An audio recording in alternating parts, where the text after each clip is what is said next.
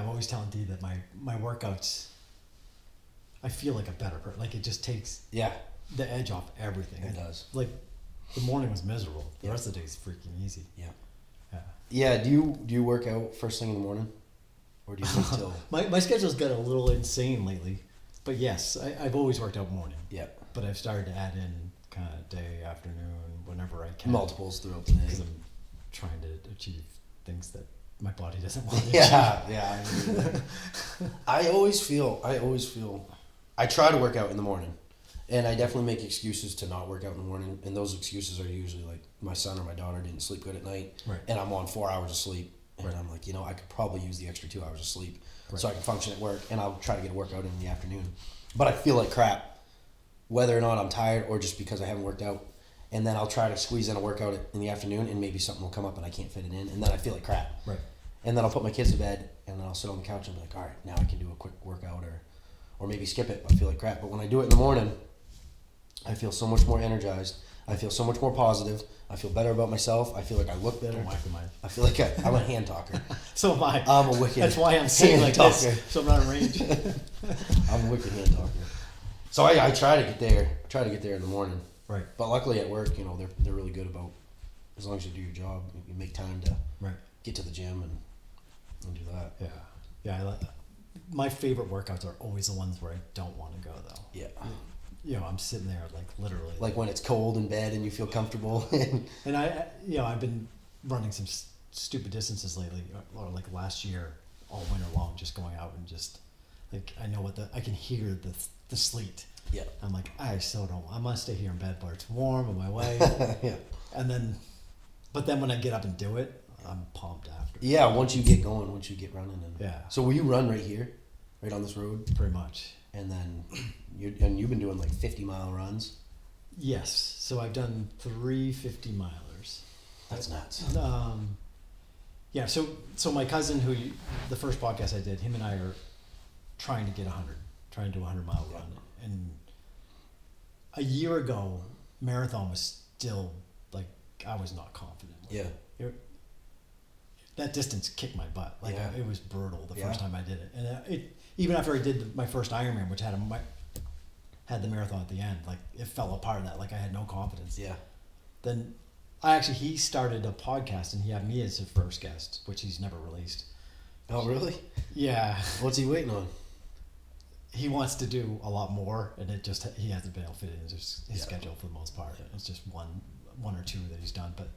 But he told me about ultra marathons. Literally, I didn't even wasn't really aware that ultra marathons were a real thing, or if I did. What is an ultra raced. marathon? Anything over a marathon distance, technically. Oh. But it's usually like 50 miles, 75 miles, 100 kilometers. 100 miles and beyond. Yep.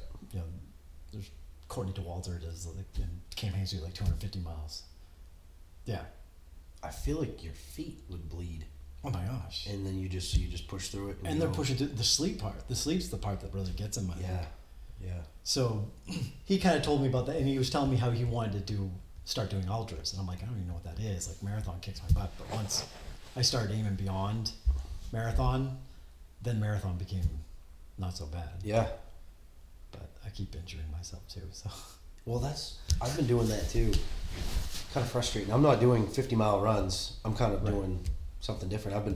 I've put on like 25 pounds since the spring, and I've decided to eat. I'm not eating perfect, but I'm eating a lot, and obviously protein is the major course of meal here. But the heavier I'm getting, the stronger I'm getting. I feel really good. And then I started to hit this point where I was like, I used to be able to just hop on the treadmill and go, and I would stretch after my workout. Now all of a sudden, I'm pulling my Achilles there on my left foot. That takes, 2 weeks for me to heal, and I'm doing like the E-stem therapy, ice, heat, stretch. And then I wake up and my left knee is swollen. And I'm like, I never have. I didn't even do anything. I didn't slip and fall. I didn't twist it. I'm not playing basketball. I'm not playing football. And then that takes some time, and I'm just doing upper body. And then I heal up. And then I start running again. I feel good. Do legs, running. And then when I went to Orlando for work, my wife and I went to the gym Saturday morning, and I start running, and my right Achilles completely pops like half a mile into a jog on the treadmill. And I was telling myself, yeah, maybe it'll work itself out of it. I got to like 3/4 of a mile, and I was like, I have to stop. And I was limping for like 3 days. And I was like, it's got to be. And then like I was stretching my hamstring in there, and right over there. And I was like, I must be carrying around too much weight. Like, I don't think my body's made to. I don't think my frame is made to carry around this much weight. But it feels so good to go into the gym and like lift weight that I've never lifted before. Right. And like feel strong. But now I'm not doing as many HIIT workouts as I used to. And those are the ones that feel like I'm really kicking my butt the most. And I feel like if I went and worked like that right now, I would probably tear my ACL. Yeah, I'm literally dealing with the Achilles thing right now. Like, so I haven't, like, when I do like 50-mile runs, those are like, I'm training for that, you know, not like workouts. But I did, so part of JT sent me a plan, my cousin there, and it's doing 30, so a 30-mile run, then a 20-mile run, back to back, like Saturday, Sunday. Yeah, ooh. And the idea is, which is, it's kind of cool. Your fast twitch muscles are working on that first day. The second day, you have no fast twitch muscles. Like, it's crazy. That second day, I can't get under 11-minute mile for the life of me. Right. Like, I'm just, but it feels actually really good. Yeah. I'll even think I'm going at a pretty fast pace, and my watch clicks on it. No kidding. And then, so I did that. And then we do a 100-mile week. Ooh. So I did that once, and then it's like a week off. Yep. Or a light week, which ended up being 70 miles. And then I was doing it again, and that first I did 30, 20, 18, and the next day I heard it. Just going up a hill, just really easy. I felt it just. And well, that's probably, do you feel like that's directly correlated to just hammering down? Overuse. Yeah. I think my calves at that point are so tired and so just nothing left in them. Yep. That then then the Achilles is having to take on more than it should. Yep. So I think it's slightly different than what you were saying. But Evan, so my daughter's boyfriend Evan, who he just did his second basic this summer, and he had been bulking up for the last 2 years, and he was getting pretty big. And he started running, building up as basic was coming up closer, and he started getting shin splints and knee issues. And then since he's been back, he wants to do Millinocket Marathon with us. Yep. And he lost about 15, 20 pounds during basic. Yep. And now he's lighter. He's having no shin issues, and he's like, it's not so much that I'm not running. You know, part of it's obviously being in better shape from basic, but he thinks it's the weight. Carrying around too much weight. Yeah. Yeah. I think certain frames are just made to carry a certain amount of weight. Right. Yeah. Yeah, the Achilles thing, the one thing I haven't done this, so Jeff, my oldest, is a physical therapist. Yeah. So it's like, I'm on constantly bugging him. Oh, yeah. And I'm probably going to misquote him here, so he'll be pissed at me when he hears this, but stretching, when you injure your tendon, if you're stretching it, you can further irritate it. Yeah. Which makes the recovery longer. And he showed me an exercise where you like stand up on your tippy toes and kind of let yourself down. Yeah. And it's amazing how quickly that makes things better. Oh, wow. So if you're standing on it, it's kind of, like you can feel the tightness. So you use your good leg to get up on your tippy. Oh, okay, yeah. And then you're just I go on one foot and just control myself down. Yeah. And then stand up and do sets of 10 of those, like 3 in a day. I was actually wondering about that. Like, I was stretching in a ton, and I'm like, I wonder if I'm furthering. I know. I was stretching the crap. So the first time I had this injury, literally a year ago, I was out for a month. Yeah. I mean, from like the injury to like a week of kind of what can I do, pushing it and trying to run on it. And it feels good when I'm running. And then it finally. Then I was stretching the crap out of it, and it definitely was not getting better. And I finally was like, Jeff, what am I doing? He's like, do this exercise. Yeah. And the other thing I think I've heard is when you injure something, stretch above and below what you hurt, not the thing. Yep, I've heard that too. Yeah, I've heard that too. I haven't run that one by him yet. No, I've been going by it. Yeah. Do you do like ice baths and things? I wish I had an ice bath. Yeah, same. So we have the sauna up here, and that's the one thing I love, an ice plunge. Yeah, I know. I do the cold shower thing. In the winter, it's awesome because we just walk out into the snow. Right. And I'll hit. Do you do cold showers normally? Normally, I do a cold shower. I'll do like first thing in the morning. I'll do like 20 seconds of a cold shower, and I don't know if it's good for me or bad for me or whatever, but it wakes me up, and then I get the hot water, and I just feel really good when I come out. I feel it's just like we'll go to camp in the summertime, and we'll drink a little bit at night, and we'll eat some crappy food at night. And I wake up in the morning. I'm usually the first one awake of everybody at camp, and I feel like crap because I ate food I normally wouldn't eat and drank more than I normally drink. And I'll jump in the lake, and it's usually cold. It's near Moose River, and I'll hop in the lake, go under, swim a little bit in the shock, and then I come out and I feel like a new man. I literally feel like a brand new man. I'm sure half of it's mental, but I think a lot of it has to do with that. So I decided I was going to do cold. So it's why JT and I have had all these conversations where he tried cold showers once and bailed it. So I tried it. Yeah. And I found do you go full cold? Oh yeah, right on blast. See, I was doing like lukewarm and then build up to cold. Yeah. But I would do the whole shower cold. I liked it, but I also missed enjoying showers. Well, I just do it in the beginning, and then I get a nice shower at the end. I also shower before bed.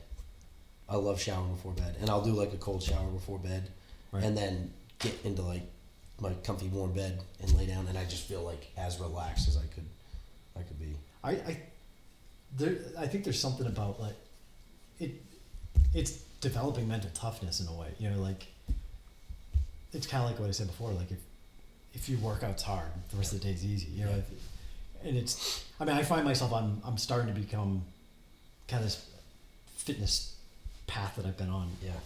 More attracted to hard things. Yep. And being uncomfortable. Yep. Because comfort leads to bad. Yep. You know, it doesn't. Yep. You're absolutely it doesn't right. do you much good. Yeah. And I think that's part of like what's. I heard I think it was on maybe Rogan, a scientist talking about how we have pleasure constantly in our hands. Yeah. We can always be entertained. We can always. And she was saying we need to be more alone in our thoughts and alone. And she literally said the words, we need to suffer more. Yeah. And she was just saying being alone is enough suffering, but taking it the other one even further. Yeah. Yeah. I love when we get out of the sauna and I come down and then cold shower after that. Yeah, that's a shock on the body. I love that. But that was like, did you ever do that as a kid? Like you'd be in a hot tub and then you jump out, roll around in the snow and then jump back in the hot tub? So I was on the swim team for years and we'd always do angels in the snow. Yeah. So we'd jump out of the pool, do our. It was a lot easier back then, though. For some reason, it was a lot easier. Right. Like I feel like it's like way more cold now. Yeah, I do remember. The seniors would always get the freshmen to jump out when it was like icy. They'd be like, "You're going first, snow angels," and get all pumped up and scrape up backs. Oh yeah. But yeah, and then jumping back in the pool, how pleasurable that was. Oh yeah. My dad actually does. Have you heard of the polar plunge? Yeah. For Camp Capella? Yes. He does that every year. Really? Yep, jumps in. He's like 60, 61, 62 this year. And he's been doing that for years. And he's always said, like, no matter, like, we'd be at a football game and it's freezing. He's like, it's all in your head. It's all in your head. That's what he always says. I've always said that too, even though I know it's not all in my head, but I just try to. Well, there's Wim Hof. He's a breathing kind of guy. And he has like the world record for the longest ice. Like he's stayed in ice longer than anybody else. You care if I take this? No. Okay. Yeah. Yeah. So Wim Hof he's a breathing expert. He's like I said, he has like a world record for the longest underwater, and apparently they've done tests on him, like when he's in water, like he can control his body temperature through breathing. Wow. He can control he says his immune system. So he keeps his head above water and then he's in water and he can control his temperature just completely calm and that's impressive. I've seen a little bit of him. It's Are you good at that with like nose breathing? I tried. I don't know. I'm not good at that. And I know I should be better at it. But I watch a couple of videos of a couple different people, even when they're just lifting weights, they really work on just nose breathing. Like there's one guy that will tape his mouth shut and he'll nose breathe his entire workout and he swears by it. Yeah, I tried one winter trying to run just nose breathing. Yep. And I did it for a while, but it was so cold outside, it was literally giving me headaches. I ridiculous. bet. That's a little hard. It's amazing. I mean, you can get. I definitely got better at it doing it. Yeah. But I'm like, what's the point? I have no idea.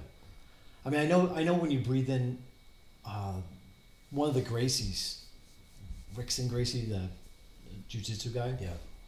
he's a breathing kind of guy, and Yeah. he was saying something about like if you take a deep inhale in your breath in your nose, it definitely feels different than through your mouth. Yeah. And he does a lot of like. Actually, he said an interesting thing. He was like, breathe out. So if somebody tells you to take a deep breath, if you breathe out first before you take a deep breath, you're gonna get a much deeper, full breath. It's empty that space. Yeah. And then he does like a kind of thing. Oh yeah. Yeah. And I don't know Like much the MMA about any of that, fighters. but the breathing through the nose too is like I don't know. Yeah. Yeah, I'm not an expert on that. I don't know if I do it naturally or don't do it naturally. But sometimes when I think about it, and then I feel weird about breathing, and then I'm like, well, now I don't know how to breathe. Right. I have to think about something else so I can just go back to breathing without thinking about it. Right. And I'm like, oh, maybe I won't try that anymore. I'm about to pass out. So, I'm guessing something I find interesting, or I've been thinking about a lot lately, is how, especially starting this podcast, is how we meet people, we know little bits about them, and we connect the dots from our own experience on who they are, what they are, and we're probably wrong most of the time. Yeah. Now I look at you and I figure you grew up as an athlete. Yeah. And what? So at least I got that right. Yeah. Yeah. What was your kind of path, like, sports wise? What are your earliest memories of sports? My earliest memories of sports were. And don't tell me it was of Aaron Rodgers, because No, it was not Aaron Rodgers. It was Brett Favre. And my uncle is big into sports. My uncle Dan, and he was a longtime football coach, volleyball coach, basketball coach, and everybody in the area knows him as Uncle Dan. Where'd you grow up? Brewer. Okay. Brewer. And my mom and dad were not real big into sports. If I never did sports, they never would have, tagged along to love sports like I do or follow me in sports. But I remember being a little kid, and I was always up early in the morning. I was usually the first one up in the morning, and I would walk downstairs to the basement, and I would watch Sports Center. And that was, 5, 6 years old. I remember going down and watching highlights of Major League Baseball. Right. And then I would watch, basketball and football. And for some reason, I just genuinely enjoyed watching Sports Center. I remember having conversations with adults, and them being like super amused that I knew a little bit about sports. And this is what, mid-90s? I was born in 90, so this was, mid to late 90s. Right. And then I, my parents put me in flag football and PAL basketball and youth football and youth soccer and all that stuff. And I just always loved it. And I remember always being super competitive, super upset if we lost or if I did bad or something. And I've always had this passion for sports. It's always been an outlet for me. Right. I drive so much for work, 2-3 days a week. I'm on the highway and I'm either listening to podcasts like Joe Rogan or I listen to some Ben Shapiro, and a few other people, and then I listen to some funny Barstool stuff. But I always listen to sports radio. So Dan Patrick, Rich Eisen, Pat McAfee. I just love listening to sports and being in the conversation to talk about sports. It's always been an outlet for me. I remember being a kid, going through some tough times, and I would play basketball in a blizzard. I'd be shooting hoops in a rainstorm. Totally. And it was just my release. For hours. Me and my good friend who passed away now, Delray, we would play basketball to 100 in middle school. We'd play to 100, and we would be, fist fights by the end of it, and hate each other by the end of it, and then best friends the next day. But it was just a release for both of us, Yeah. So to this day, it's I love watching anything. I'll stay up late at night, which is horrible, but I'll watch a playoff baseball game or a basketball game or something. I just care a lot about it. It's always been. Was there one that you gravitated to more, like that you did, or it was always the one that I was playing at the time? But if I had to pick one, I think my heart would go to baseball. There's just something about I bought my son a little plastic bat and a little mini ball and a little tee, and I never pushed it on him. Just kind of played a little bit, and then he started getting really excited about it. And he wanted to play pass, and we were rolling the ball on the floor, and then he wanted to actually throw it. And I was like, oh my God, this is cool. This is fun. Maybe he wants to be like me and wants to play sports. And I went and grabbed my mitt, and I grabbed his little mitt, and I put my glove on, and I was like, it was just something special about putting that. If anybody has ever played baseball, you just put your glove on. And I didn't play past high school, but I played a little fall ball in college. But and I just put that mitt on, and I was like, oh my God, it brought me right back, you know, the smell, the feel. Right. And then I just sat there playing with my kid, and I was like, I felt like life had come full circle. I could die right there, and I had, you know, was happy. So that was, you know, I hope my kids have that same passion. Right. I always fear that, you know, I'm going to push it on them too much, and then they won't have that same passion because it was never pushed on me. But I'm so passionate about it that I want them to be. So it's like I have to constantly tell myself, you know, hey, just relax. I totally get that. Like my kid picked up a bat and he started swinging lefty, and I'm not a lefty, but he throws righty and swings lefty, which is perfect, which is awesome. Right. And I'm like, oh man, everyone's going to think I forced him to swing and learn how to do it lefty. But he's just got this natural little lefty swing. And I'm like dying inside of happiness. And I'm like, calm down, Kyle, he's 3. I remember Little League baseball, I was the kid that was just terrified being hit. Yeah. I was a good athlete. Yep. Like fielding, catching, throwing. I mean, I never had a big arm, maybe being short. Yeah. But I loved that. Yeah. But then I got to play. And it's funny because like there was, I grew up in Old Town. Yep. And we had a pitcher that was, I forget his name, but he was ridiculously good. Like we World Series, you know, went deep, and he was just Jimmy Evans. And he was the only guy I could hit off. Yeah, in the whole, because he was the one guy I knew wouldn't hit me. Yeah. Like he'd hit the strike zone, and like I could stand up there confident. So everybody else, I was just terrified. Yeah. I remember that fear just crippling me. It's probably my first experience with real fear. Yeah. And just never had the will to work through that. Yeah. That's a real thing, though. I went through that as a kid. That's a real thing. It was different than I went through that where I was afraid at the plate, afraid of getting hit, and I did get hit a ton in Little League. I got hit a ton. Yeah. And but I remember being in the field, and I played shortstop and second base, and I was never afraid of the ball when it would get hit to me. Right. But I was afraid of the ball at the plate. Right. Eventually, you know, I got over that fear. But kind of funny how, you know, what's the difference? You're standing at the plate or you're standing at shortstop, and someone smokes 120 mile an hour ball at you. Right. I don't know. That's a real fear. You see that with a lot of people. I definitely think something about the you going up there knowing you're either gonna strike out or walk. Yeah. Yeah. Right. Yeah. With zero confidence that you're gonna get. And the game's on the line, and like you just gotta suck it up. And luckily, I didn't play with a bunch of jerks. I guess my coach was nice enough, but man, that was. Yeah. It didn't stress me out that much, but I look back on it now, and it kind of stressed me out. Like, I don't want to be back there. Yeah. And now that's a new challenge right there. That's a new fear you need to tackle. Yeah, I don't think you can. No, I don't think I'd have. Go to the batting cages and. Yeah, I've definitely worked through that. Yeah. But I had no. Yeah, I just wasn't driven by. I don't know. So you did swimming, you did baseball for a little bit. Did you do? Not really. Well, baseball was just like Little League. Yeah. I think I stopped after Little League. Yep. So I was. So swimming was. There was a point where my parents were like, "Do you want to do swimming or ice hockey?" And I just couldn't skate for the life of me at the time. And I was winning.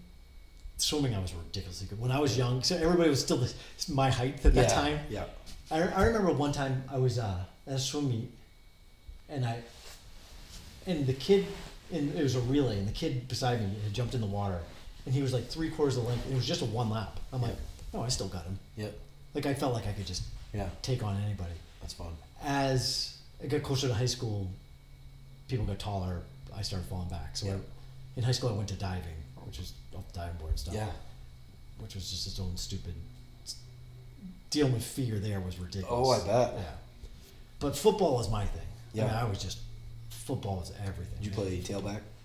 I was I was a wing back, Yep. so I kind of slot and then run back. But I was more. Defense was more I love just blowing people up. It's my life. Yeah. And I was like a strong safety. I started as a sophomore, junior, and then my senior they moved me to linebacker. Just no kidding. Yeah, I was so undersized. I think I was like 135 in high school. it was like, okay, and I just gotta hold up the guards and stuff. Okay, that's my job. Yep. But I was violent. Oh yeah, blow up the hole. I was just and I was ridiculously fast for my size, so I could just cause violence quickly. That's fun. It's weird how that's in me. You know what I mean? Yeah. That violence is there. Yep. But it was a great, as you said, a great outlet. That's natural, especially in men though. That violence is natural. Right. And tennis was my other one. Do you remember like hitting people? Like you and I probably had pretty similar helmets. Do you remember hitting people like forehead to forehead, like helmet to helmet, and like that was kind of how you were taught to square up your body? And it was obviously you wanted to get your helmet on the football, but a lot of times it was just the running back would duck down, and you would duck down to their level, and it was constantly helmet to helmet. I remember like face to face. I always remember that was the way we hit. Yeah. And I remember stingers all the time with those helmets that were not great. I mean, they were better than the leather helmets that they had in the 50s. But if you had a leather helmet, you wouldn't be going full blast and putting your head into something. Right. But it's funny how tackling has changed throughout the years. I coached football for a few years when I got out of high school. Right. And it's even changed since then. Yeah. And it was a drastic change back when I started coaching, and it's changed even now to where you're supposed to put your head on the other side of the ball, but it's crazy how that's coming. How few kids are playing football now too. The concussion stuff is, how we dealt with it back then. But I remember my best friend Jarrett, him and I were like same size, same build. Like him and I literally were like the strong safety. Basically, the reason I moved to linebackers, we both have to be on the field at the same time. Yeah. Well, my coach was, I want the best 11 guys, and you two we need to find a place for both of you. And end of practice, we need a great hit at the end of practice. Ben and Jarrett, get up there. Yeah. And we'd lay on our backs and jump up and just. Yeah. And I'd be like, Jarrett, I'll go easy if you go easy. He's like, yeah, we're good. And then we both go full past each other. And I remember like. Is that the Oklahoma drill? Yeah. Except without a ball, just be violent on each other. And coach would love it, But I remember, like after every hit, I would think my face hit my face mask. Yeah. But I know that didn't happen. Yeah. And then you get thinking about that's my brain squishing in front of my skull. I know. Crazy, huh? Yeah. But I remember coaching my brother. So just like you, after high school, I coached for a couple of years. Yep. My brother was, I think, a junior in Old Town, and he was senior year, and he had made a hit. And my brother's 6'1", big boy, and he couldn't remember if he was on offense or defense. And he's in the huddle, and we're laughing about it. Yeah. Like it was like he'd be like, I remember hearing the story, like he'd go up to the other guys, are we on offense or defense? I'm like, we're on defense. He's like, where do I go? And he'd go, and then he'd do the play. He'd still perform all right. Yeah. Well, you can perform, pretty well right after, but you shouldn't be out there because you're so much more susceptible to another head injury. But it's kind of like the cigarette thing, like years ago, where people didn't know what was. Yeah. And it's like, how did you not know? You look hindsight, looking back, and it's like, how did we not know that? It's such a violent sport, People worry about it at such a young age, but it's really not as dangerous at a young age because their speed isn't there. And the size the kids are not. Yeah, they're 30 pounds, 40, 50, 60 pounds, and they don't move fast enough to cause real harm.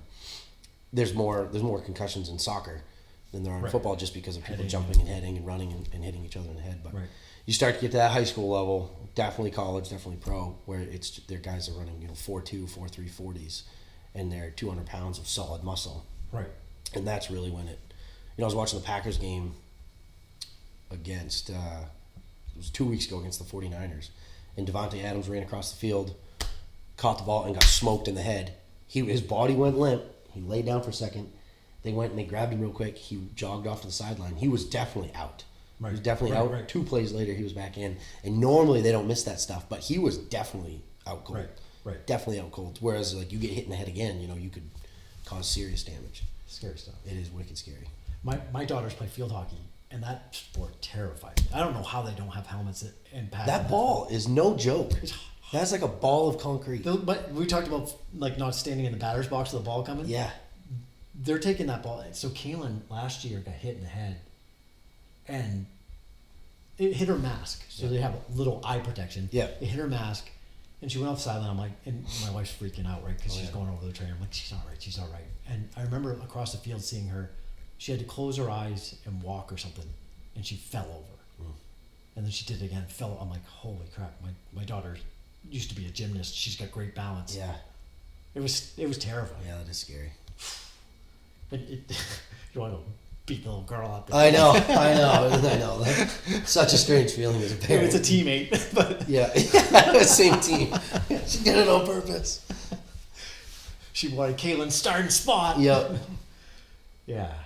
Both my older, I have two older sisters, and they both played field hockey, and my mom laid out a blanket, and I was sitting there playing with cars.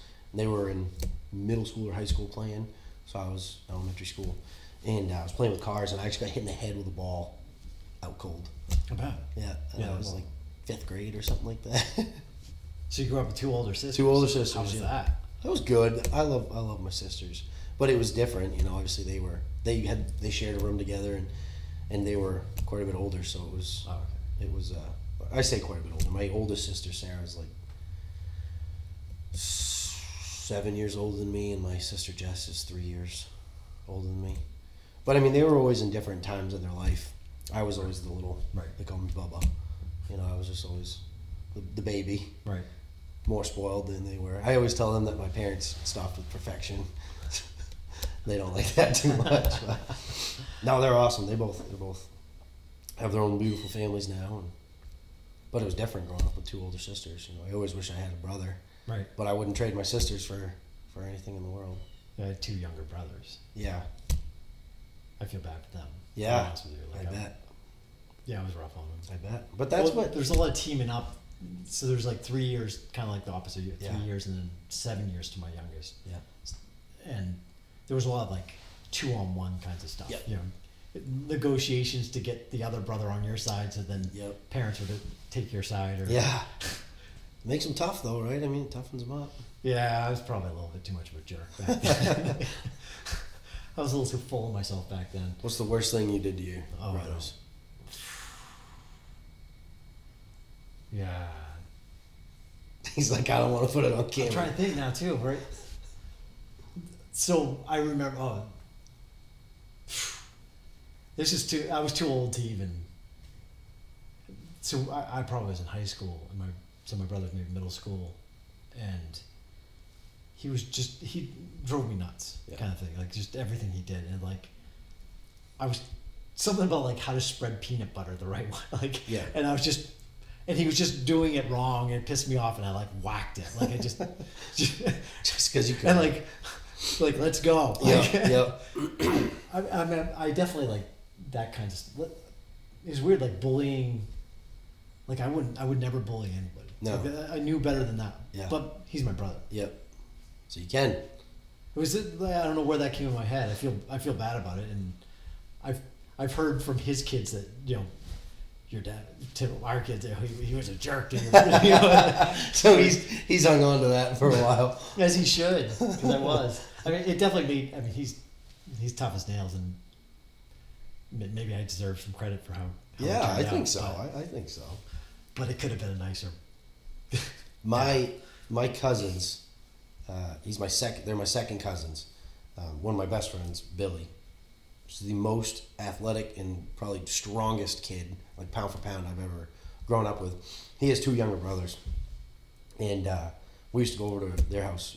Every weekend we'd go to my camp or his house. We'd hunt squirrel and hunt deer and everything. And we used to beat the crap out of his younger brothers. I mean, like one arm, one leg, and just like into the basement door, like throw them head first into the door. Headlock, drag them by their feet. I mean, beat the crap out of them now. And those two kids now, I see kids, I mean, they're rugged as hell. Like one of them is a bodybuilder, could bench this garage. Right. And the other one just got out of the Navy and he's running track for Maine, and he's an absolute stud pole vaulter. And those kids, they could probably fold me in half right now. But I'm like, I like to think, I take a little credit for them being tough. My best friend's younger brother, was the same age as my brother, and they're both named Josh. And they'd come over and we'd hog tie him. Yeah, it was like, that's pretty. We'd play tag, like you two go, and we'd catch him and hog tie him. And they kept getting out of our hog ties, so we kept trying to perfect our hog tying techniques. Yeah. That's pretty bad. That's pretty bad. They actually enjoyed that though. Oh yeah. That would. They'd be like, "Hey, can you hog tie us?" Sure. That's funny. Yeah. So you mentioned lifting weights. When did that come on? Was that high school or after? High school. I mean, I half-assed it in high school. Really? I was always able to just switch sports, switch skills. So what other sports? Baseball, basketball, football were my three main. Right. But I could go, ride bikes. We rode to Hancock one time on our stunt bikes. and it was never even sore or anything. Right. I used to be able to do whatever, whenever, and always was gifted enough to go jump in and do whatever, whenever. But I was never strong. I was like 5'2" until my junior year. I was like 5'2", 115, 120 pounds, and not strong. My football coach, Coach Farnham, really developed a weight training program there at the high school, and we would go in on summer days and Saturday mornings and after school, and kind of really half-assed it, and then lifted a little bit in college, still pretty much half-assed it because I was just always able to do. Really, I just took it for granted. I was able to do whatever, whenever, and then I hit my mid to late 20s, and I started to see my figure that I didn't like how it looked, aesthetically. And I was like, geez, I gotta, kick myself back into gear. And obviously, I've been in the military 10 and a half years now, and I always got, high 90s or 100s on the PT test. Right. One year I got like a 94.5, and I was like, oh my God, I'm getting fat. This is ridiculous. I don't know if I'm lazy or if my metabolism.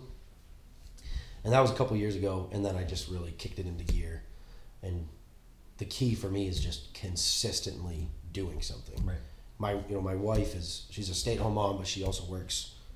She does Instagram and YouTube. Right.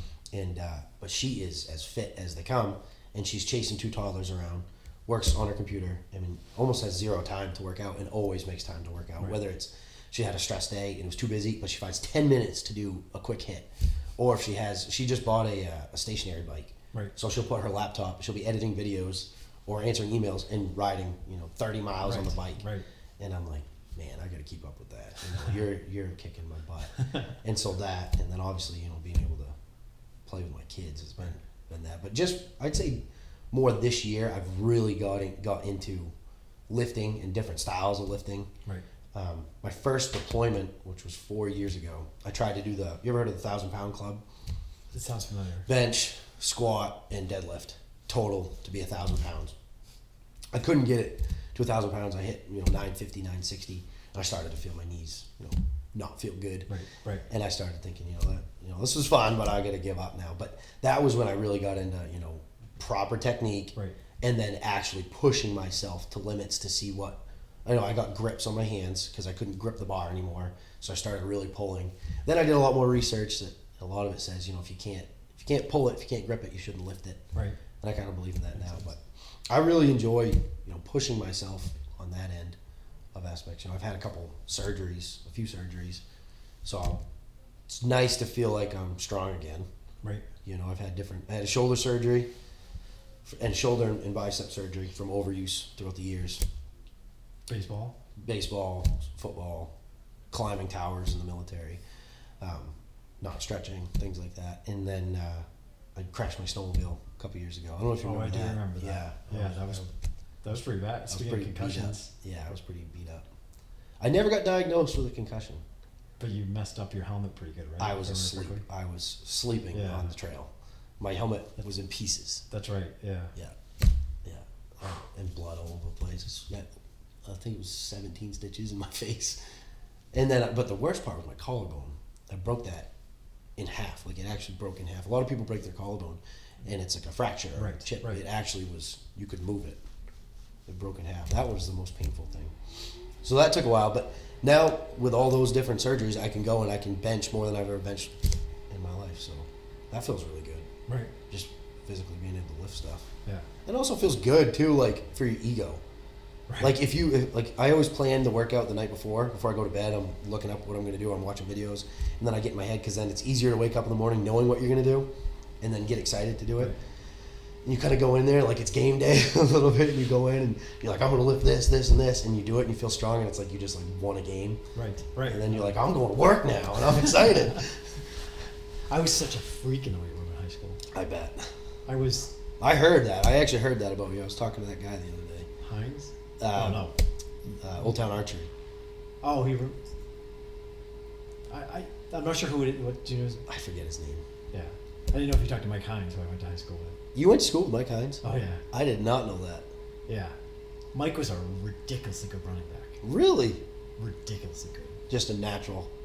Just his size, something, but he didn't look like what a running back should be. Yeah. But he was smooth and deceptively quick. No kidding. And just power. That is cool. Yeah. I did not know you guys went to school together. Yeah, he was a year ahead of me. No kidding. Yeah, he was a diver on the diving team. What? Yeah. Oh Yeah, my God. yeah. I never would have guessed that. Yeah. He's a character. Yes, he is. But we get in the football weight room, and I quickly just start being able to do ridiculous amounts. Did you teach yourself? Well, so my dad always worked out. My dad lived in Gold's Gym. He was more for racquetball. It was the racquetball club before then, and then 40 years or something going there every day. When I had like posters of Arnold Schwarzenegger or something up on my wall, and he got me in touch with a girl that was in our church that was a bodybuilder, and she took me to the main gym, showed me some things, but I didn't really pay attention. Yeah. And then it was just football. Like the coach was kind of like, just do this and that. Yeah. But I at UMaine, 2 years in a row, I won the bench press contest. No kidding.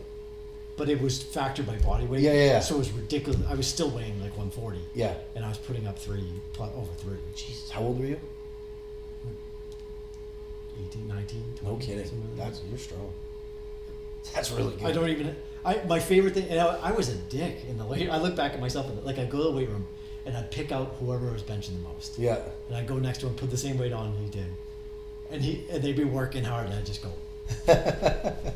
But I would beat like the NFL Combine numbers. Like, did you ever do that? The 225? How many times? Did you that's do it? that's what I work out with. Yeah. I would do 20. Wow, that's good. Comfortably. Yeah. Sets of 20. Yeah. And I had this squat record in high school the first time I ever squatted. No kidding. They just kept, let's do a little more. Let's do a little more. Yeah. But I hated how I felt. You hated squatting? Squatting, so my junior year, I got the most bulked up I've ever been. Like, I was just like hardcore in the gym. How much did you weigh then? I probably didn't put on much. Probably still like 150, maybe at the most.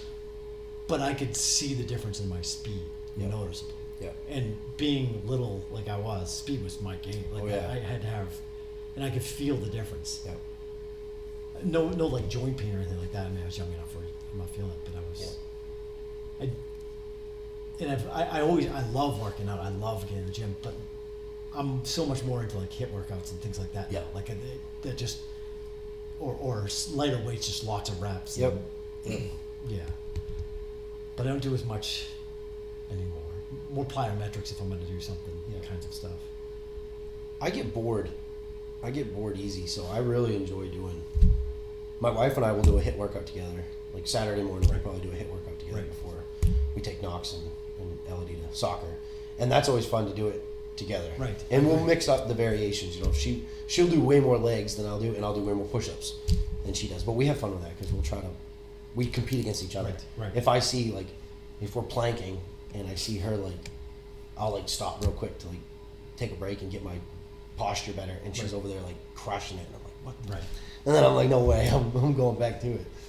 But I enjoy doing the HIIT workouts. I enjoy lifting, and then I like doing. I wish I could go back to the days of high school practice where you're doing the ladder drill and you're doing agility drills and you're doing cone drills. And I know I could do that myself, but it's more of the fact of you're not thinking, hey, do this drill. Hey, go do this drill. And they're all agility, athletic based drills. I miss doing that stuff. Suicides, which I can go do any day, but you're competing against 10, 12 other basketball players while you're doing it. Right. That stuff was fun.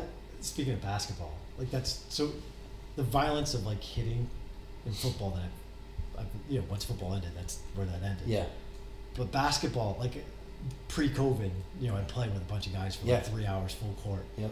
And there's a physicality to basketball that I freaking love. I miss boxing out and going for rebound. And I'm a short guy, but I want the fast break. Me and somebody else, I'm going one on one. I'm going to the hole, even though you're a foot taller than I am. I'm coming at you. Yep. I miss that. And since COVID, it hasn't picked back up. Where did you play? So in Winterport, the middle school, a guy would open up, and it was mostly just there was 4 or 5 guys my age, and mostly just guys right out of high school. Yep. And we just 3 hours of just nonstop winter stay on. That is some of the best cardio you can get. You're not even thinking about it. Oh my god. And it's you think about it though, and you're because if you're playing like that, which is how I play too, You're sprinting on defense. You're sprinting on offense. You're sprinting, and you're doing God knows how many sprints, Right. and you've never even thought about it, Right. which is awesome. Right. We used to play every Wednesday night in Holden, and it was a group of mostly guys my age and a couple older guys that were I've played studs. there a couple of times. Oh, no kidding. I wouldn't be surprised if we both played and we just didn't know each other. And probably didn't even know each other. Aaron Newcomb opens it up. Somebody that I knew that knew somebody else that I knew was going. So like, hey, in the gym we've been going to, it just stopped and we went like 3 or 4 times. Basketball's fun. Yeah, it's a brutal sport on your body. Yeah, It is tough. Yeah, like I play every Sunday. It's like it took me a week to recover. Uh-huh. Well, you're thinking of all the twists and turns and the landings. Yeah, jumping. Yeah, and you land awkwardly all the time too. Constantly. Like left foot first, right foot first. And then, God forbid, you take a charge. At our age, your tailbone's swollen for 2 months. You're walking like you crapped your pants after. And I would just play balls to the wall. Yeah. I wanted to set some moving screens like this and. I love a good screen, to be honest. Yeah, no, I know, I can tell. And I love trying to fight through screens. Yep. Yeah. Basketball was fun too. Do you remember Mark Reed? You know Mark Reed? Yes, the Bangor coach, right? Yeah. I mean, I don't know him. Well, yeah, Roger Reed, his father was the Bangor coach. Oh, okay. Mark played at Bangor. Okay. Oh, and yes. He played at Liberty, D1 Liberty. He was, coaches Herman now, but he coached at Brewer. But I want to say so I graduated in 94.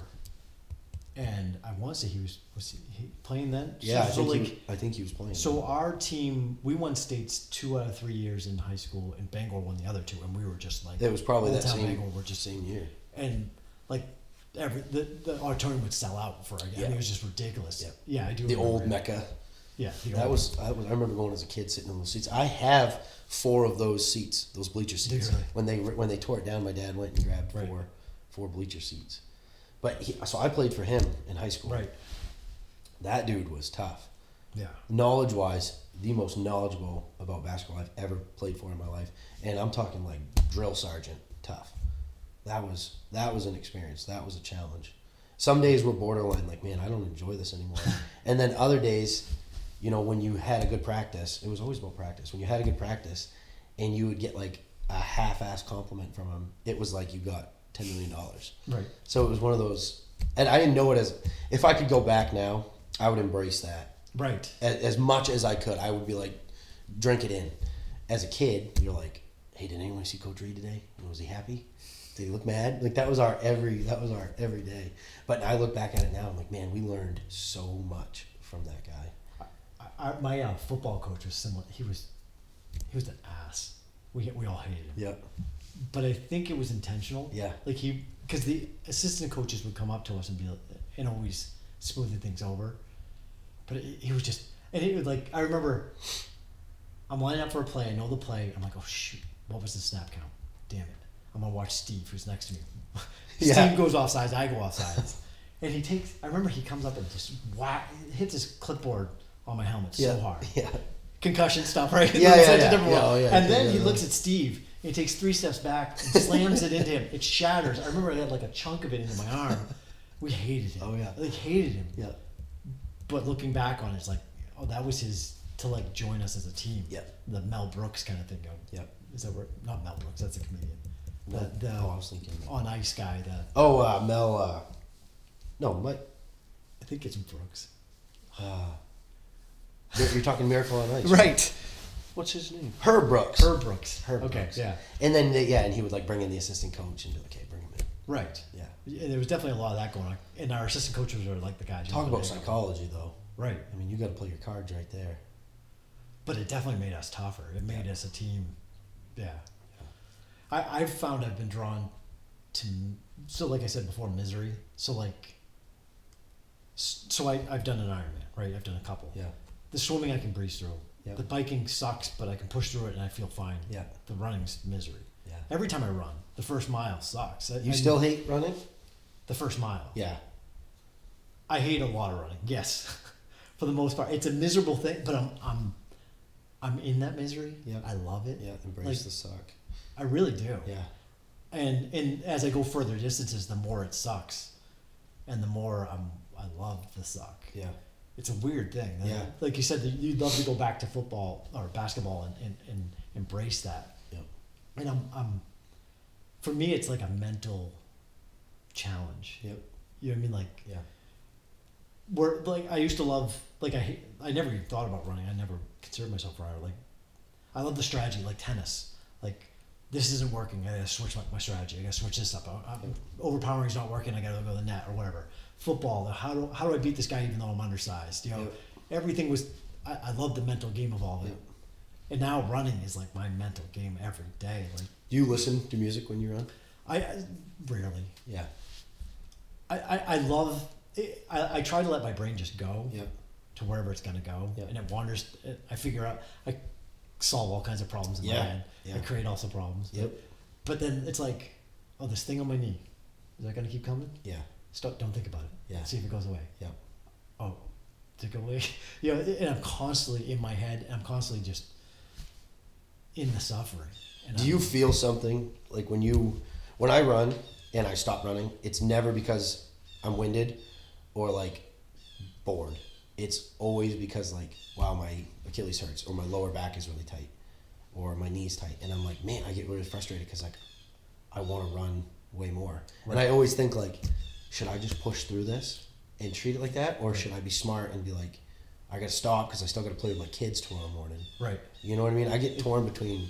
It's a constant struggle. But that's the mental part. I feel like when I do push through it and it doesn't, like an experience, you know, like I felt this before and it did become something. Like my Achilles this time is like, as soon as I didn't know it until I got done. Yeah. I was walking around and started limping like, oh, I want to go for that lunch run, but I'm not gonna. Yeah. You know? Yeah. I'm liking that. There's we call it, JT and I call it going dark, and we did so Millinocket last year because of COVID got canceled, the Millinocket Marathon. So we decided we're gonna do a marathon in Portland. Yep. Around the Back Cove. Yeah, I run Back Cove. Yeah. So we were gonna do the Back Cove. It ended up being sleeting, most miserable day ever. Yeah. And we're like, we're still doing it, and we're talking like the first 18 miles or so. We're just chatting, and then all of a sudden, like, conversation just. And we stopped talking. Yeah. We've both gone dark, and I went really dark. Yeah. And then like hypothermia starts setting in. I ended up bailing on that one. I didn't even finish. He did. How many trips around did you? Oh, I don't remember. But I couldn't tell you. Yeah. That's like 3.4 or 3.2 or something. Right. It's a great little loop. Yeah. I drill down to South Portland. Okay. And so we'll go do PT there sometimes. All of us get together and we'll run, and it's kind of fun. It's a lot different than just getting on a treadmill. It's funny. So JT's there. He runs that area a lot because he lives in Portland. Oh, okay. And he's like, so here I wave to every car that goes by me. Yeah. Let's say hi. I do the same thing. Like, I'm just trying to spread some positivity. Yep. This is what I have in my head. He goes to get somebody to acknowledge that I've waved to him in Portland.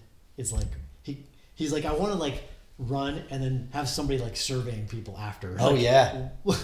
Like, why are they so... We're both out doing the same thing. I'm not trying to, like, have a conversation, but even acknowledge that I'm there. Yeah, that's Portland, though. We just said that the other day. The last time me and some of my buddies ran Back Cove, I was, like, just slightly in front of the pack, and every single group we ran by, I would go, hey, hi, how you doing? And I'm telling you, 5% of the people would acknowledge me, let alone... Right. I don't know if I got a smile or anything, right. But that's just I don't know. But if I always say that when I travel out of state for work in the military, if I'm walking down the street where I live and I walk by somebody, if you don't like look up and say hi and smile, you're the weird one. If I go out of state or if I go to Portland and if I look at somebody and say, hey, how you doing? I'm the weird one. Right. It's like, what a change in culture. Did you run when you were in Vegas? No. I went to the gym one time. I didn't go to the gym, but I ran. One time. Really? Why do you say that? Is there a story there? No. no, I heard a story about you though. No, I was exhausted in Vegas. I literally would go to class all day and then play blackjack and drink, and we'd go out to dinner and then keep drinking and go to random parties and then wake up and do it all over again. I went to the gym one time. I ran every morning there. Outdoors or? Yeah. Because I was still in this time zone. It was just cool running around the lights. But I got out of town a little bit. Yeah. I came up to this gas station, and like 4 guys kind of come out, just out of the woodwork. It's not wood. Yeah. They just showed up and they're like coming towards me. I turned and went the other way as fast as I could. I think it's where the new stadium is now, but it wasn't under construction. Yeah. It had just been cleared. It was just. That's funny. It got sketchy real quick. I wouldn't run out there by myself. In where the lights are and stuff like that, it was really cool. Yeah. Like going out and just being around. No, I wouldn't risk that.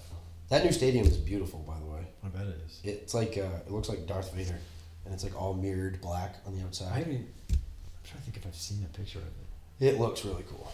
That was the right move for them to move to Vegas. Oh, I think so too. Yeah, and I think they kept a lot of their fans. Yeah. Raiders fans they travel well anyway. Like anywhere in California besides San Francisco, you're like the Chargers don't have real fans. Right. The Rams don't have real fans, but the Raiders do. So since we're on the NFL, what's Rodgers' haircut? Ugly. What's his costume gonna be? For Halloween?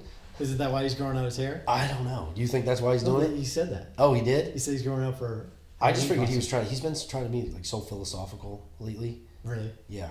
You ever hear someone talk, and like he's done this like the past couple of years. He will wait in a conversation and he'll wait to try to find a bigger word to say instead of just like saying what's on your mind. Like I don't know. I just speak whatever comes to my brain speaks. He like tries to slow down and sound philosophical. Right. And I'm like, dude, talk X's and O's, talk football, tell us how bad you want to win and what you're going to do to win. Right. I don't want to hear you talk about what book you just read. Like, But but you're a fan of it. I'm a fan of this. I'm a fan of this. This summer, put some wear and tear on my fanism for Aaron Rodgers, but right. It was a little stressful. It was a little bit like, hey, dude, just shut up and play. Packers are a different organization. They're the only publicly owned professional sports team in the country. Right. So it's, we don't, and it's not a LA. It's not a big city where players want to go, and they've got a Super Bowl roster on there. So you're just sitting there looking at it like, hey man, you've got just about the same roster as last year. Don't play these games. You're getting paid $27-30 million a year. Eat your pride a little bit and go try to play and win football games. I think getting Randall Cobb back wasn't a bad move though. Who? Randall Cobb. Oh yeah, he just caught 2 touchdown passes. No, I know. That was. See, my wife's a huge Green. Oh, she is. My wife follows a player their entire career, and Aaron Rodgers is her. It used to be John Lynch. Yeah. And then kidding. Yeah. Random. Because of his guns. Oh, okay. He's a handsome guy. He was a hell of a strong safety. Right. And he wouldn't make it in today's game though. He'd get kicked out. Right. Because he hit people. Oh, he right. was awesome. That was like one of our first conversations. I'm in love with you. You love John Lynch. John Lynch. That's the guy you pick. Yeah, and he beat us in the Super Bowl in '99. That's funny. Yeah, but she's a big Aaron Rodgers fan. Follows his dating life and. Yeah, now he's dating some Hollywood girl. Right. There. That's funny. My wife likes the Packers just because I'm in a horrible mood if they lose. Right. So she's just like, yeah, I'm on your team, Kyle. I did fantasy football big time. Like I was so hooked in that for years. And there was like, I miss just cheering for football. Yeah. And since then I've kind of like, I watch it. I love to watch it, but it's not appointment viewing that it used to be for me. It's really that I've kind of faded on that a bit. Yeah. I do quite a bit. I do one fantasy league, and then I do like pick'ems. Right. Pick'em leagues, but it's it's fun. Right. To do it against all my friends, and then. I get so competitive with it. Like, and there's years where like that's what's fun about it. We had like keeper league. We could keep certain players. Yeah. And like I'd have like the most stacked roster. Going into the season, I've got this roster that's ridiculous. Yeah. And I end up in last place. Yeah. And anybody on that league would trade teams with me in a heartbeat going into the season. It's like freaking injuries and yeah, or teams like will not throw the ball enough or they won't run the ball enough, and that part. Yeah, I still don't find myself rooting like for players. I just more of a team guy, but I'll have my fantasy teams. I'll have certain players and stuff, but I've never been like I'll watch football with friends and they're like rooting for one guy on one team that's playing the same team or playing another team and then they're rooting for that player. I'm like, well, that doesn't really make much sense. Right. Yeah. So you've run Have you run 75 miles yet? No, that's coming up the end of this month. And you're gonna do it where? So we're doing it in Connecticut at my brother-in-law's house. Oh, cool. Yeah, we're So the three of you? the 30th. My brother-in-law's not a runner. No. JT and I, and then Evan, Keon's boyfriend's gonna do like 20 with us. He's trying to build up to a marathon. Cool. Yeah, but so we did a backyard ultra. I don't know if you've ever heard of that. I think you were telling me about that. So 4 miles every hour, 4.1. And you did it in the forest, didn't you? You did it at the University Forest. Yeah. Yep. Yeah. And that's kind of like, I'm debating on whether I want to do another Ironman, or they have actually one in Maine, southern Maine, that's a competition. Same guy's won it like 3 years in a row. He's done like 146 miles. So explain that one again. You run 4 miles. 4.167 miles every hour. So it works out to be, if you go 24 hours, you're at 100 miles. So do you sleep ever? If you can finish fast enough, so every hour you have to be at the starting line. It's a really cool event because everybody's at the starting line. Can you save time? Like if you run really fast? You run fast, you get more time. You run slow, you just keep. Yeah. So what were you running your? So we were doing 4 mile in. We were going pretty slow. So our strategy was to walk the downhills. Yeah. I was actually walking the uphills. JT was walking the downhills, so we come in with we do like a 10-minute mile average. Yeah. And then we'd come in and we'd have, 15 to 18 Rest. minutes. But then your body tightens up, especially as So you probably just walked though. If you wanted to rest, you just but you walked. still got to make it in time. Yeah. So walking, you can't do a 13-minute. Oh, the second you start again, your time starts. Top of the hour, right?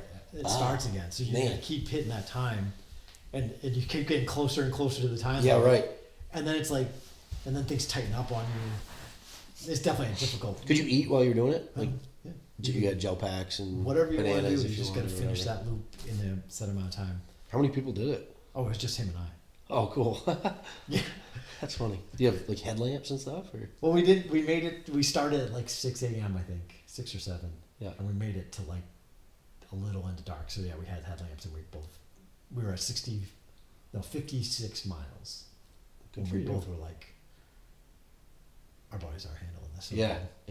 We just you stop for a while and you go to run. It's like, Yeah. I can't get things going again. So what'd you eat that night? So afterwards, Yeah. he eats like crazy. I can't eat anything. Like even after we did an Ironman and we did a big turkey dinner afterwards. Yeah. I was like, I can't eat anything. Really? Yeah, my stomach's just not in that place. Yeah. I had for me drinking all the electrolytes and stuff, my mouth was felt like I was drinking a charge of glass. Yeah. Yeah. It was weird. Yeah. First time I've experienced that. Yeah. Yeah, 100's gonna be interesting. That's crazy. But Good for you guys. That's cool. Yeah, we're doing this one where we don't really have a plan. We're just gonna leave his house and we're like carry whatever we have to carry to try to do it. And Yeah. Stop at gas stations or whatever. I mean, do you have your route picked out? You're just gonna run. We're gonna wing it. Cool. Yeah, it's gonna be. Where in Connecticut do they live? I can't. We're going there. We're going there. I think in November to visit a friend. And they live in like Windsor, East Granby. They're area. south of Hartford, I believe. I can't. I'm always seeing their football helmets, and I can't think. My brain doesn't want to picture it. Yeah, Well, that'll be cool. that's our request. And then we want to do 100. And Yeah. Try for 100 Yeah. early winter, or a really cold day. Yeah. That's crazy. Yeah, You gonna bring an extra set of shoes or just rough it out with one pair of shoes? I'll just go one. Yeah. Yeah, I have actually my shoes literally just came in the mail today. That it's got to be my running ones for that day. What'd you buy? So, I'm Atreyu. I don't know if you ever heard of them. They're Nope. in Texas. They're a startup company. Yep. And they just changed, but they were subscription. So and it's $55 a pair of shoes. Yep. And every 2 months you get a pair. Oh, cool. They're literally nothing to them. Yeah. They're just simple, basic running shoes, but they're stupid light. Yep. And I don't need all the support. Like if anything, I think the supports causes more problems than it's worth. So Well, you're not going side to side, so you don't Right, really exactly. support that way. and most of the support that you find in running shoes, like I find that's what chafes my foot. Yeah. So like this just simple upper and Yep. nice padding, and they just came up with a version 2. So I'm gonna. That's my That's my cool. shoe. Yeah. You're kind of a shoe guy. Anyway, though, I've always noticed like at company functions and stuff, you have like sharp, clean shoes that match your clothes. Match my belt. Yeah. I did that just for you. I respect that. You remembered that last time, didn't you? No, so I worked. It's so funny. Like in college, I worked at a sports shoe store. Yeah. And we'd always get discounts and stuff. Yeah. And I ended up with so many pairs of shoes that they'd never go bad. Yeah. Because I was rotating. Yeah. And it's so. That's like my brother-in-law. He has so many pairs of shoes. They all look brand new. And I've never spent like. Normally I don't. Like we go to Dick's. And you know how they have like the stickers, 70%. I'd always find one in my size. I was like 75%. Yeah. It's an $11 pair of shoes, sweetheart. I got to get it. It's like going to Martin's. Right. You got to do it. So I have it's become an addiction. And then having a subscription company. That's not bad though. If you're running as much as you run, you need shoes. Yeah. Yeah. I mean, like these I've had a month and I have over 300 miles in them. Yeah. Yeah, that's awesome. Yeah. I'm bad at that. I still have the same pair of running shoes I had in Kuwait the first time around, and I was running all the time there. And I'm like, why do I even have these things? No wonder my knees hurt. Like, what am I doing? Spend $60. It's gonna be all right. There's definitely a difference when they like.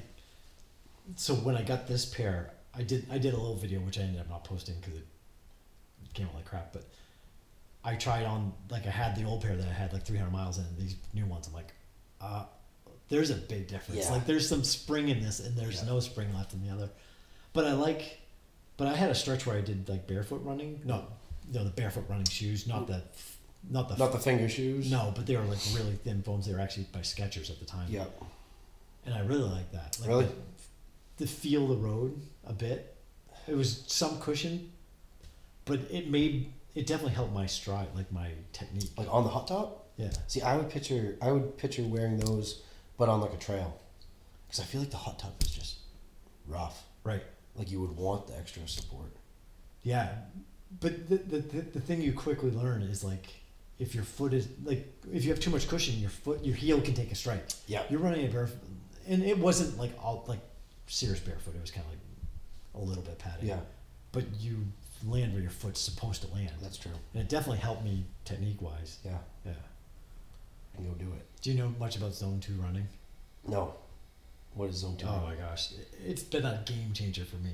So you figure out your max heart rate and basically it's split up into like 5 zones. So like most people run in Zone 3.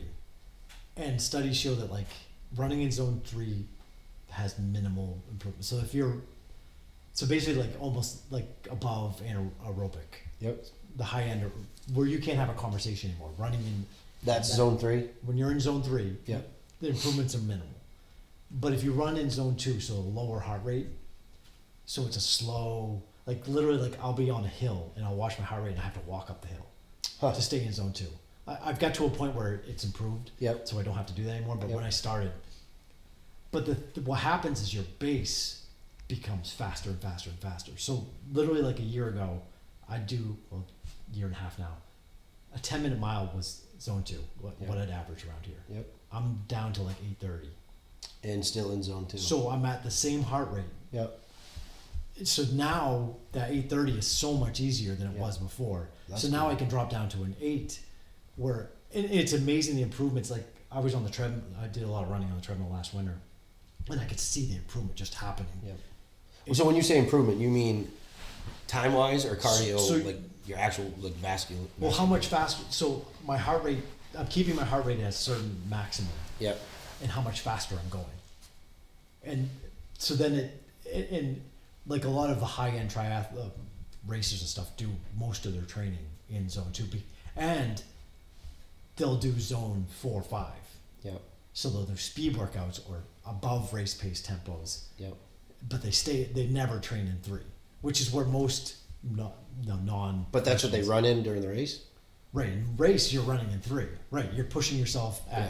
Yeah. Right, but you're training either easier or harder. Yep. And the thing that's also made... So you asked me about running, like am I miserable? Well, since I've switched to kind of Zone 2, I'm not in an uncomfortable spot. I'm staying actually where I am comfortable. Right. So the run is actually much more enjoyable. Yeah. I still, the first mile I don't enjoy, but it's something I can stay in for a long time. And then the improvements there, I'm blown away. That's cool. How much faster I've got. So like my half marathon time is so much faster than, or marathon time is I mean, just So when you're running your marathons, you're in zone. I'm not even worried about the zone at that point. Could you have a conversation the whole time you're in a marathon? No, not if I'm trying to go for a time. Yeah. Which a lot of times I'm not trying for a time. Like, my goal has been to like every year be in better shape than I was last year. Yep. And I think I've achieved that for like 10 years now. And Yeah, I keep good trying to push that. Yeah. Because at some point it's gonna go the other way, right? Yeah. I'm trying to avoid that as much as possible. Yeah. So yeah. How you gonna mentally deal with that?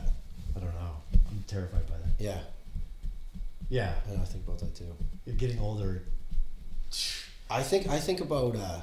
I started taking boxing classes, and then my wife and I started going together as like a date night. But one of the reasons I did it was like to switch up your workouts. Mm-hmm. You know, you can kick your ass as hard as you want or as little as you want. So it's really fun to, beat the crap out of yourself. Right. Because it's only an hour, and you're like a beginner learner. But I started thinking about like getting older, and like my daughter is 1, and I started thinking, she's gonna have a guy come to the house one day. What if he's huge?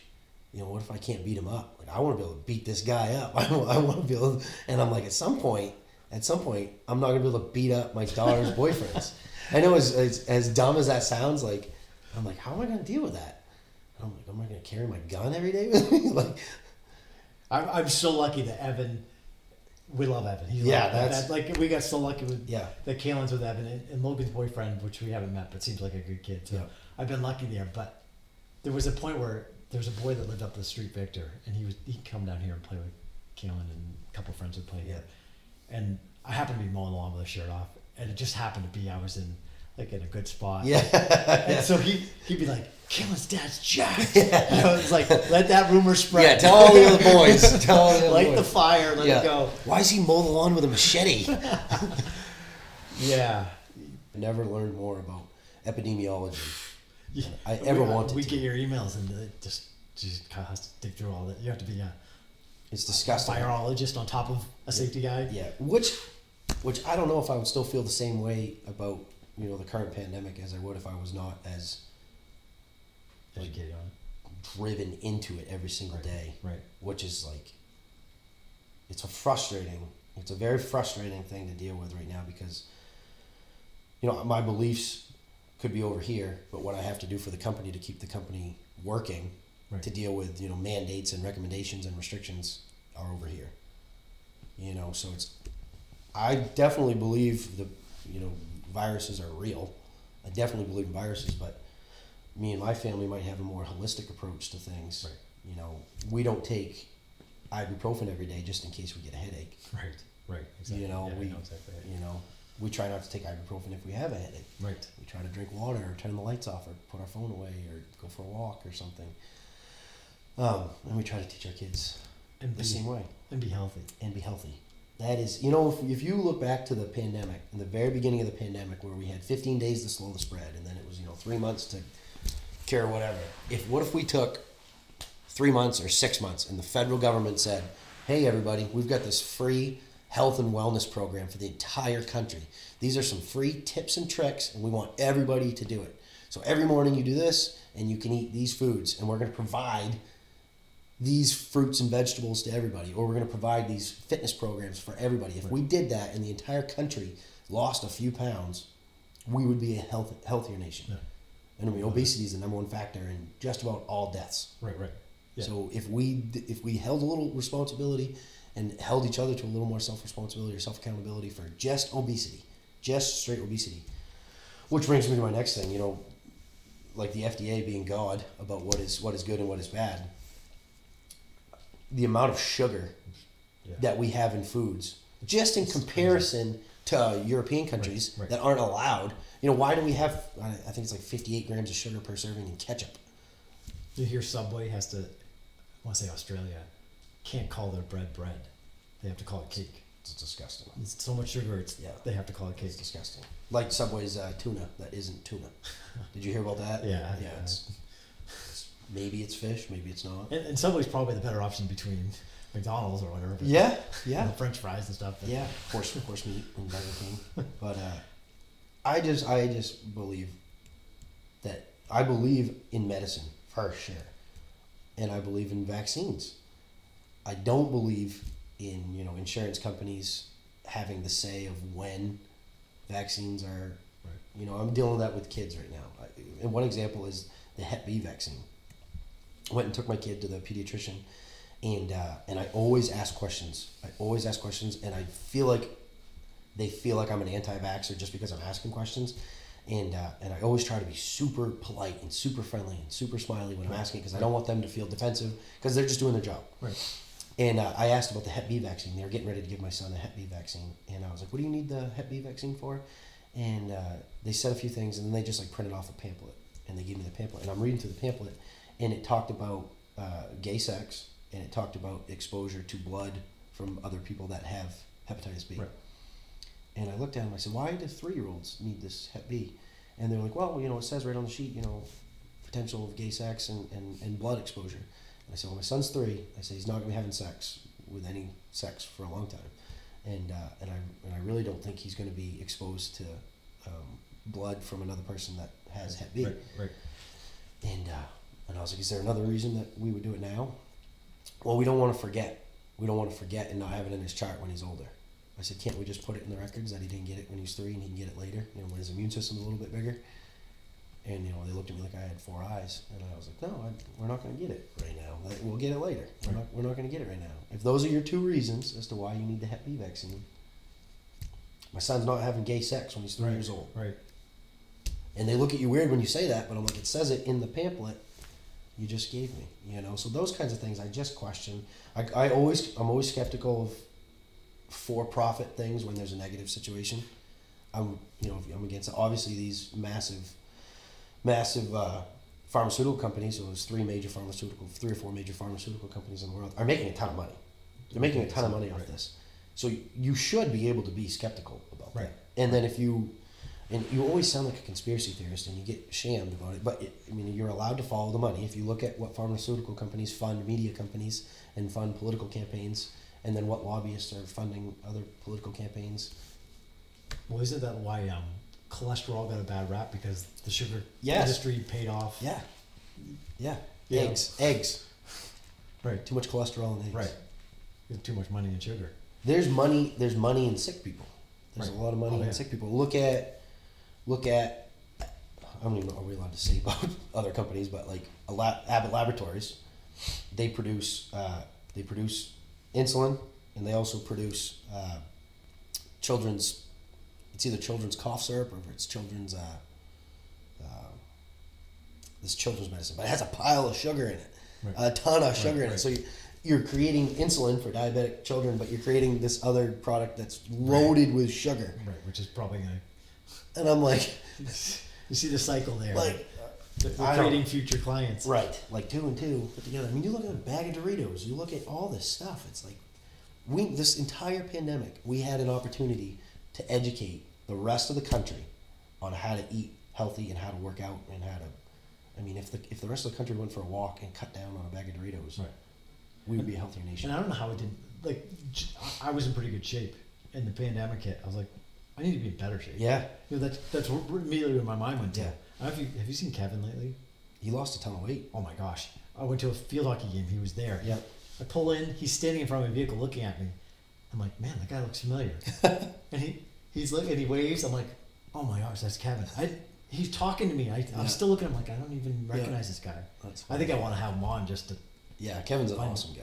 Find out about how he did it, but I don't know how more people didn't take that approach. This is killing obese people, and we knew that quickly. Yeah. What was it? 78%. It's something stupid. Yeah. It's never talked about. No. It's crazy to me. No. Yeah. Thank you so much for doing this, guy. Hey, this is cool. I'm also. I want to tell you, I'm proud of you for how you challenge yourself on so many things. I feel like it's easy for you to challenge yourself with physical things because that's what you know and that's what you do. And you're obviously more of an introvert than an extrovert. I'm an extrovert, and so for you to challenge yourself to do a podcast like this is wicked cool, and you should be proud of yourself. I'm trying to challenge myself. It's something that's on my mind a lot. Why am I taking this parking spot that's close to the store? Let's take the farther. Love that. My wife and I do that. In every that you speak. I gotta say this. So you're talking about if we had a program. Well, what if everybody just started parking farther away. Yeah. Imagine how much weight. I was listening to who's the kind of heavy guy in Remember the Titans, and he's lost a bunch of weight. Yeah, he was in like Boy Meets World, and right. Yeah. He said he started off just walking around his car. I'd do a lap around my car. Yep. It started like that, and he goes, "Now I'm going to do 2 laps, just a little bit more. It doesn't take much more." Yeah. Yeah. But yeah, the challenging myself, Yeah. and I appreciate you saying that because Yeah. this is exciting. Like public speaking, I actually enjoy. Yep. I love the nerves of it. Mm-hmm. I love the build up to it. Yeah. Like I know I'm gonna love when I finally get into hunting. Like that same kind of. They all start to tie together, and I feel like if I park in the farthest way, I feel like more of a badass. Yeah. Yeah, and it feels nice It does. to walk. Yeah, and even if it's raining, which sometimes I cave on that, or if it's too cold. And you just like walk with a straight face, look like you just killed someone. But I know, all those every one of those little challenges where I kind of challenge myself and then I do it. Yeah. I feel good. Yeah. Yeah. You always feel good after you challenge yourself. Yeah. Just like when you don't want to work out, and then you finish your workout. The end of that workout feels 10 times better than when you're motivated to work out. Absolutely. Because you're like, I just did one the other day with my wife. She was like, I just got home. It was like a late night at work, and she's like, "Hey, I'm gonna do a 20-minute hit workout. You want to do one with me?" And I was like, "Yeah, I do." And then I did it, and I was like, "Thank you for asking me. I feel so much better after. Now I'm gonna go eat my chips and hummus." I tell you, the sauna, that's my real suffering.